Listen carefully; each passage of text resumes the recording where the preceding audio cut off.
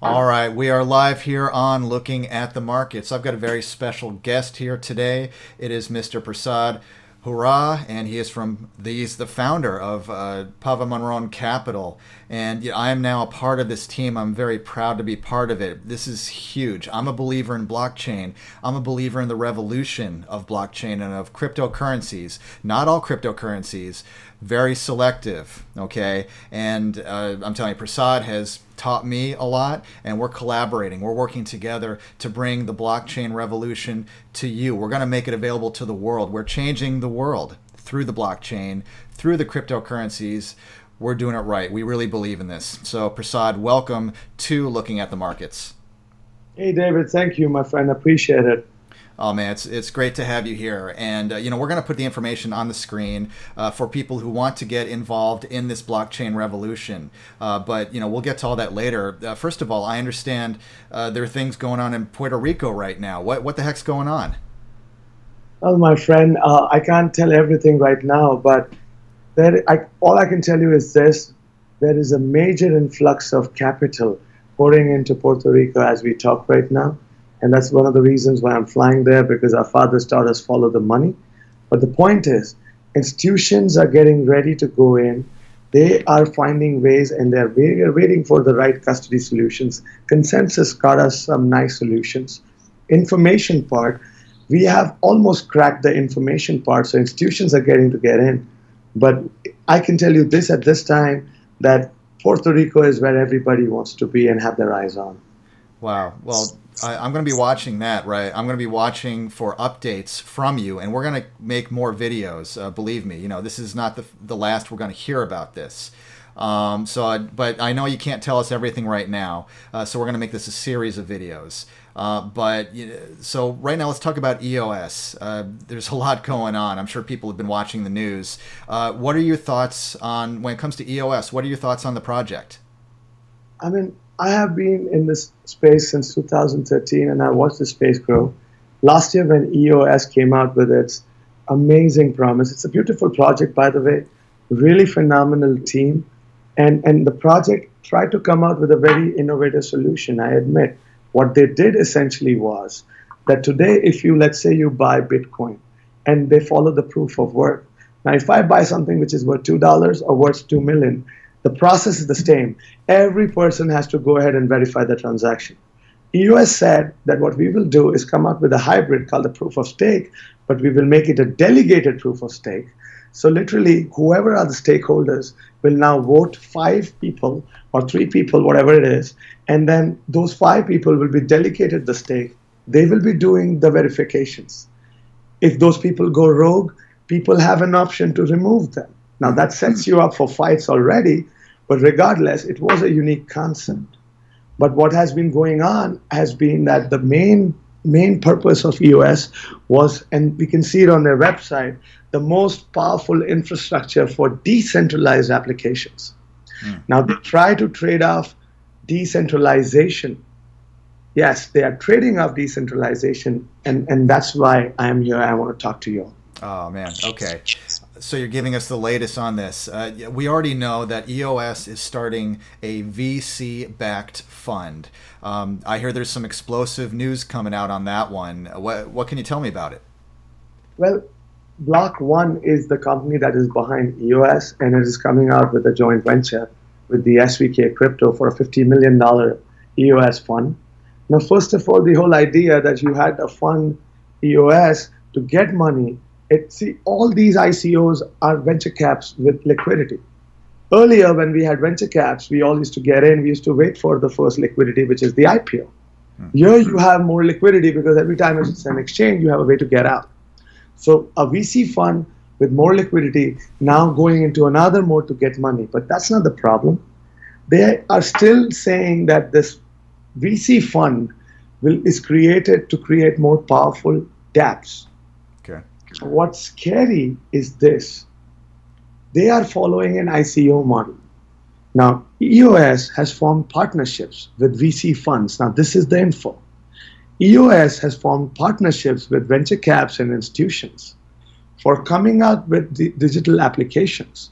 But those digital applications will not have ICOs for public sale. The main idea of this revolution was that people could get in where Warren Buffett could get in at 3 cents when Snapchat got to $30. They got in at $30. By then, Mr. Warren Buffett had made 100x already.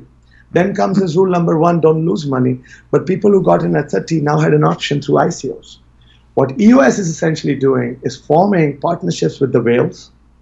And this partnership with the whales will stop crowdfunding. So these ICOs that go out, now these ICOs that go out will already be distributed amongst the whales. So what happens is whoever had the original EOS tokens will be rewarded for partnerships. And guess what? Publics could not get in. So whoever got in at EOS should stay in there because life is beautiful at least for the next 6 months. But once this thing gets exposed, EOS is coming down because the main purpose of decentralization was that anyone, today I can create a hard fork on Bitcoin, start my own, let's say Bitcoin Pash. But I would not do it because again, I need a community. They are leveraging on EOS original decentralized to make it now non-decentralized by giving airdrops. And I will tell you why this model is dangerous. Okay. So this is breaking news for people who are in EOS or thinking about getting into it. They need to listen to this whole video. So EOS, I'm getting the feeling it's not really decentralized. Is it? What do you think? I'll tell you, let's talk about this new airdrop model, okay? Yeah. This new airdrop model is really taking things to another level. And another dangerous part of this is it makes people focus more on the coin value rather than on the ICO itself. Think about Binance coin. You hold the Binance coin because you get transaction fee off. But now what is happening?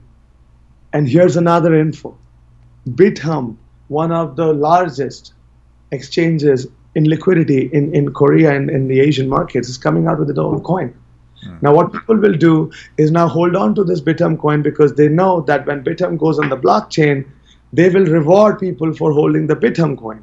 So now what they do is they just focus on the coin rather than on the project. So that's dangerous. But the new airdrop model is taking us back to history. The history and the late enterers, I call them late enterers because they joined the bull run. Not bad, you follow the money, but you follow the money when the money is getting accumulated. Not in a bull run because that's where people are getting ready to get out. Go back in 2015, you, my friend, you and I had a discussion about Dixie DAO, the DAO model. What was the DAO model? This is eerily similar to the DAO model. I'll tell you. The DAO model was where people pool money into a VC fund and then they get a share of their overall investment. We are going in circles, but iterating and evolving as we go, okay? I would prefer a more decentralized model because guess what? Satoshi came out with a trustless solution. At the end of the day, the fight is between a ledger and a decentralized ledger. One accountant and many accountants. Now, many accountants are getting out because of this free airdrop model, the Dixie DAO model. Guess what happened in Dixie DAO? $60 million hack. We are setting us up exactly, and this is why I wanted to tell you this before I get on the flight, that Dixie DAO model is being adopted by EOS. So we are setting us up for that same 60 million was in 2015. My friend, I'm scared what number because here's another problem. EOS token holders got exposed when they moved to the blockchain, EOS blockchain. 50% of EOS tokens are held by only 5 people. That is at least $4 billion US dollars in market cap as we talk just today. Now, when these airdrops happen, and that's why I said, from a trader's point, it's a good time to get into EOS. Free tip. But I'll tell you, get out soon too. Yeah. Because certainly with the ICO, EOS model will go up, but this crypto revolution, the original bandwagons, why we brought this market to 500 billion without institutions, but those people who understand the math, who understand decentralization and EOS, it's gonna go the Ripple way.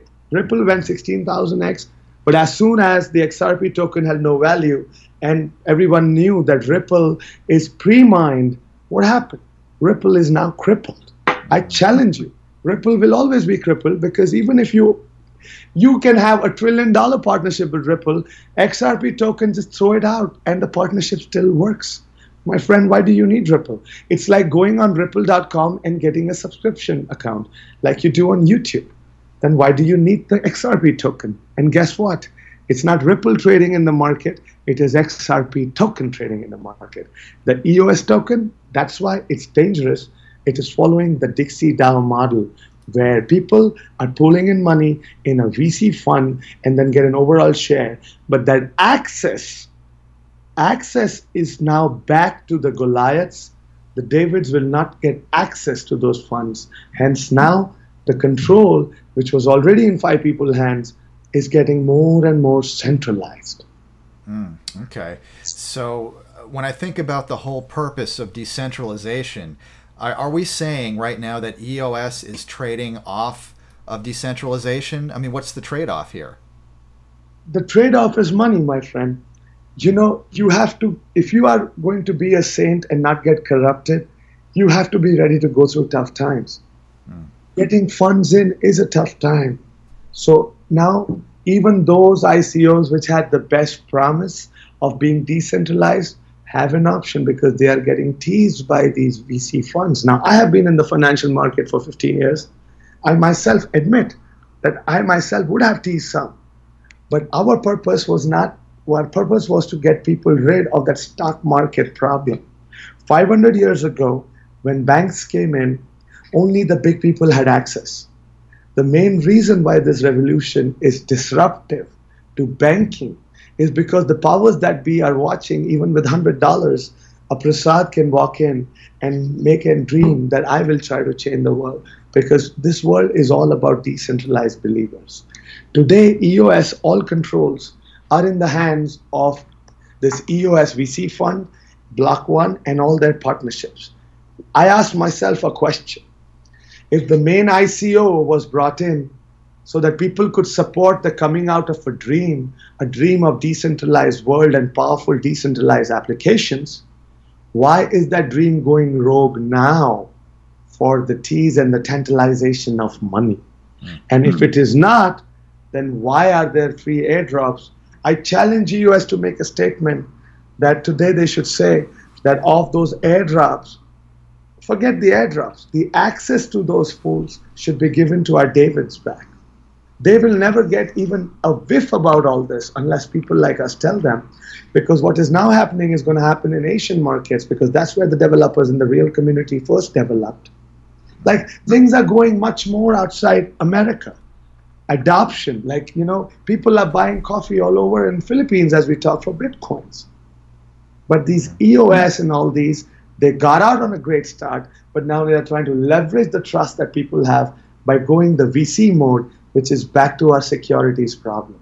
Warren Buffett will get in at 3 cents, people will get in at $30, and then Warren Buffett will say, follow my rule number 1, which is save money, and follow my rule number 2, which is whatever it is, that remember rule number 1, don't lose money. Well, how can you lose no money when you don't make money? But Warren Buffett, the rule number 0 is the power of our decentralized world. I call you out here. The real power of decentralization is a person can get in. Now you say, what is the value? Bitcoin is not creating anything. Sir, Bitcoin has already created an alternate source of wealth which the feds cannot take away. Can they take away? They cannot. Now they try to say that Bitcoin is for black markets. Sir, I'll tell you, and I challenge you this on facts, 90% of drug trade still happens on cash. Cash in which US dollar, Japanese yen, and Indian rupee is there. So let's try to come to the real fact, and let's focus on the problems rather than try to show, like billionaires trying to teach people how we became billionaires. No, they're not. Follow Jack Ma if you want to follow. Don't follow Warren Buffett, because he's telling you his tips after making wealth of 3 million and how to protect that 3 million and go forward. I love him for that. But how do you make that first 3 million? You have to be an early entrant. You have to get on the ground floor. EOS got people from the ground to the second floor, but from second floor now they've taken an escalator, the VC escalator. Those in the first and second floor, they're left lurching. Wow. Okay. So it sounds to me like you're still bullish, very bullish on Bitcoin. Would that be true? Absolutely. And again, who am I? I am just a student. But the co-founder of Apple, Steve Wozniak, recently said that only Bitcoin is pure digital gold. I'll tell you why. People say that it's very difficult to buy coffee for Bitcoin. When was the last time they bought coffee for, bricks of gold? The Good thing point. is, Bitcoin is numbered at 21 million. Bitcoin was the first currency that came out by Satoshi, which till date has remained decentralized. Now, this is what people need to understand, and I'll try to make this as simple as I can. That when you are in the tech space and you're trying to build something, there are trade offs. In the blockchain, you can either have decentralization or scalability. If you want to have scalability, you give up some portions of decentralization. Bitcoin, since it is the only thing which is algorithm based. Now, I don't say this. Bank of Finland just said that you do not need to regulate Bitcoin because mathematics regulates Bitcoin. It's governed by math. You need to regulate stuff which people are getting into because human minds need to be regulated. Greed has to be leashed so that it does not unleash like EOS. What is happening is Bitcoin is very simple. Here are the clear essence of why Bitcoin is pure gold, my friend. And this, again, a dear friend revealed, this co-founder who was with Steve Jobs right from first day, so not me. This is what Tim Dapper has been saying. This is what the SEC just said 2 days ago. Bitcoin is a cryptocurrency. It is not a security. Why is it not a security? Because you don't need to regulate it. Why? Because Bitcoin, it is, first of all, pre-mined. No human being controls it. No company like EOS is controlling it. There's a way Bitcoin is distributed. There is a way it is mined. The whole process is governed by mathematics. And hence, Bitcoin is pure gold. Because gold cannot be controlled. You have to find gold. Similarly, you have to find Bitcoin. And that's why I'm so bullish on Bitcoin. And Bitcoin, by the way, 25,000 end of the year. I call it too.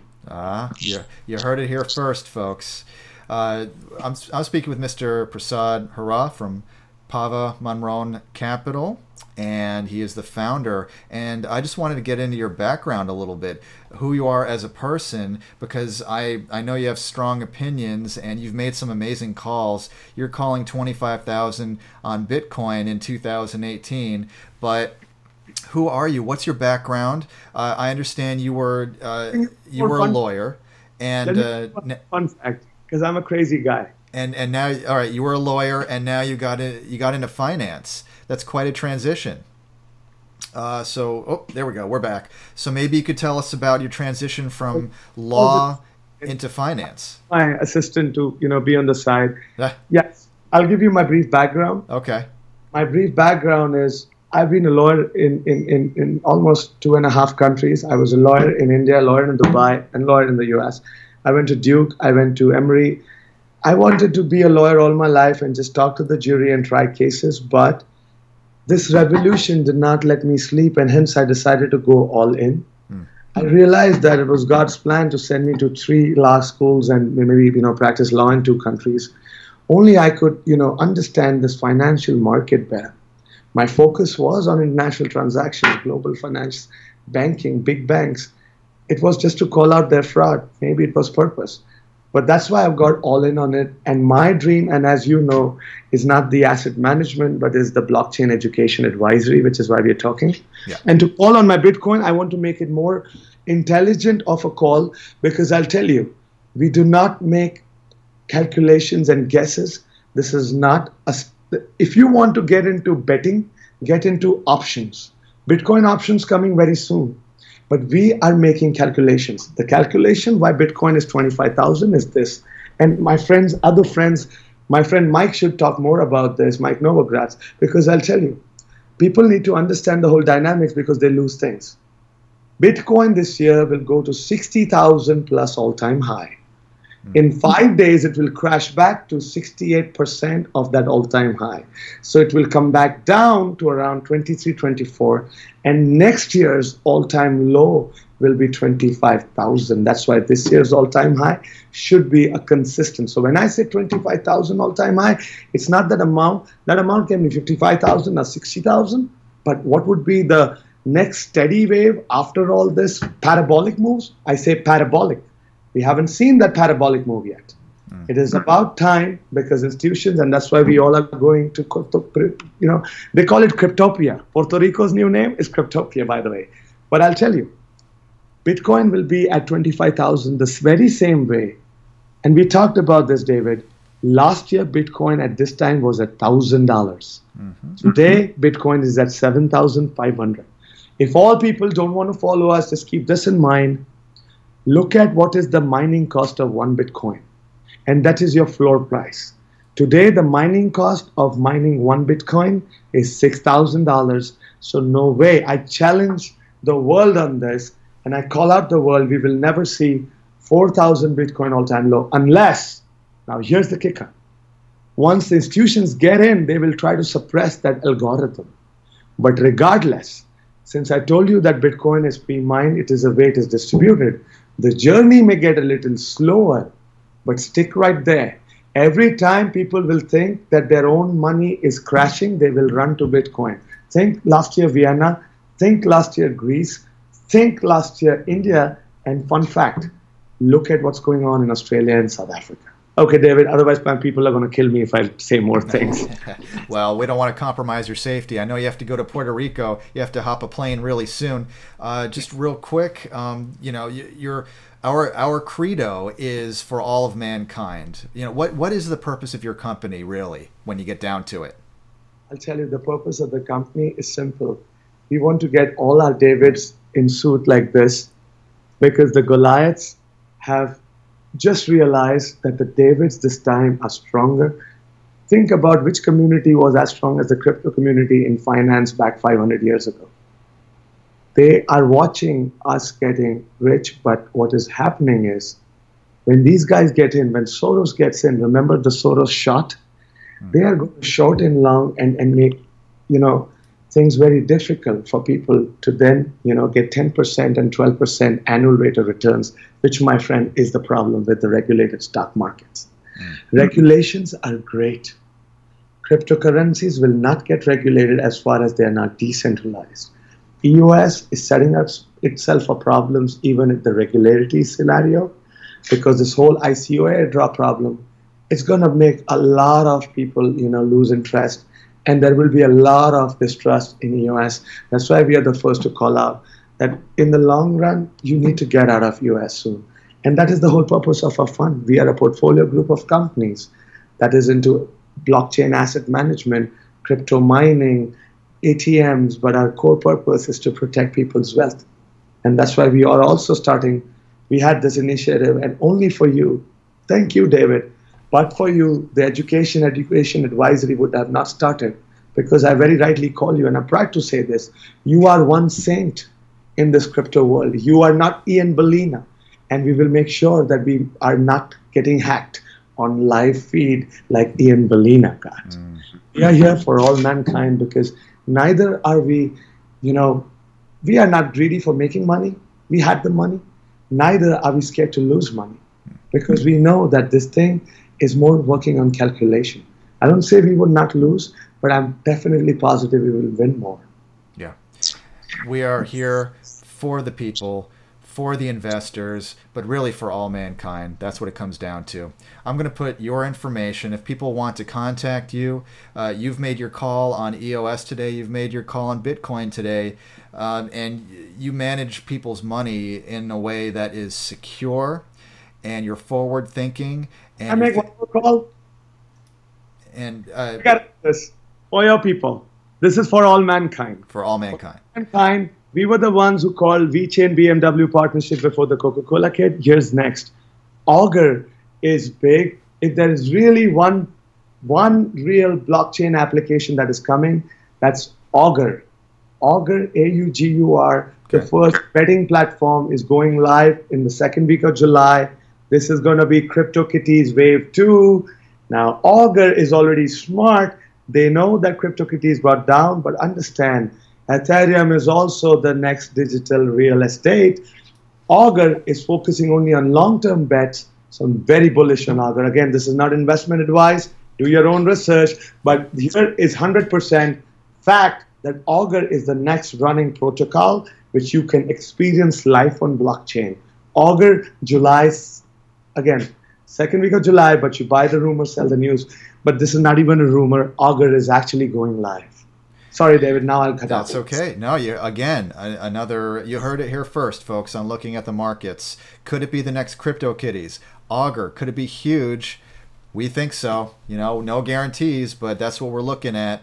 So this has been an amazing conversation with Mr. Prasad Hurrah. Again, Akika, scalability will be an issue, but understand, once an app starts working, that's people really desperately need scalability, and that's when the dApps will really start focusing on scalability. We have good times ahead. I'm looking forward to it. This is great. This is great. Mr. Prasad Hurrah has been my guest, from the founder from Pavamamaram Capital. We're going to put the information if you want to. I know that Prasad is very good about getting back to people. He's going to give out his email. Here it is. Actually, I'll do it for you. I'll put it on the screen as well. info@pavamamaram.io.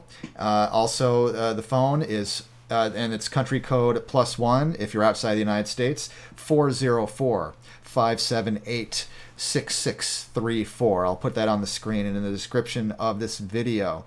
Check it out. Have a conversation with Prasad. He'll talk to you about the future of the blockchain, the future of cryptos. What are we looking out for? What are we doing with people's capital? We're being careful with it, but we're looking for growth, and we're making it happen because we believe in the blockchain. We're doing it for all of mankind. Prasad, thank you so much for spending some time with me today. I know you have to hop a plane to Puerto Rico.